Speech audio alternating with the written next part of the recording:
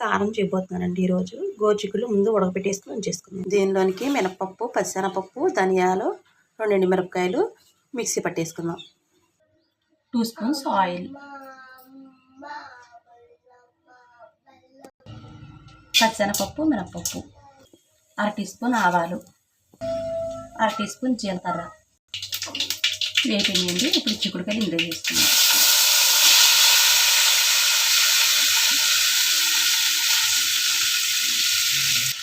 కొంచెం కరివేపాకు, టేస్ట్ సరిపడా ఉప్పు,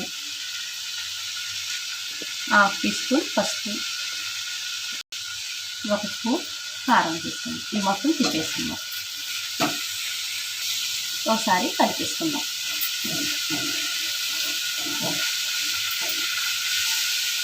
అయిపోయిందండి. గోచిక్కుడికి మంచి స్మెల్ వస్తుంది. మినపప్పు, పచ్చిశనగపప్పు, ఎండుమిరగాయలు, ధనియాలు వేసి మనం కారం మిక్సీ పట్టుకున్నాం కదండి, ఆ పౌడరు ఒకసారి మొత్తం తిప్పేసుకున్నాం.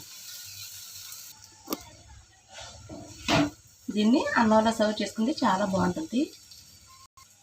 దీనిలో కొంచెం గరం మసాలా వేసుకోండి. కొంచెం అంటే కొంచెం వేసుకోండి, కొంచెం ఫ్లేవర్ కోసం. ఈ గరం మసాలా కూడా వేస్తే మంచి స్మెల్ వస్తుందంటే చాలా బాగుంది స్మెల్. నాకైతే సూపర్గా ఉంది.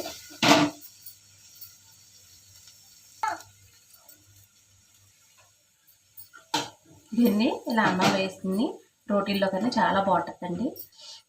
చాలా అంటే చాలా బాగుంటుంది. కాలిపోతుంది. ఇది గోచిక్కుడు కారం చాలా అంటే చాలా బాగుందండి. ప్లీజ్ లైక్ చేయండి. Thank you.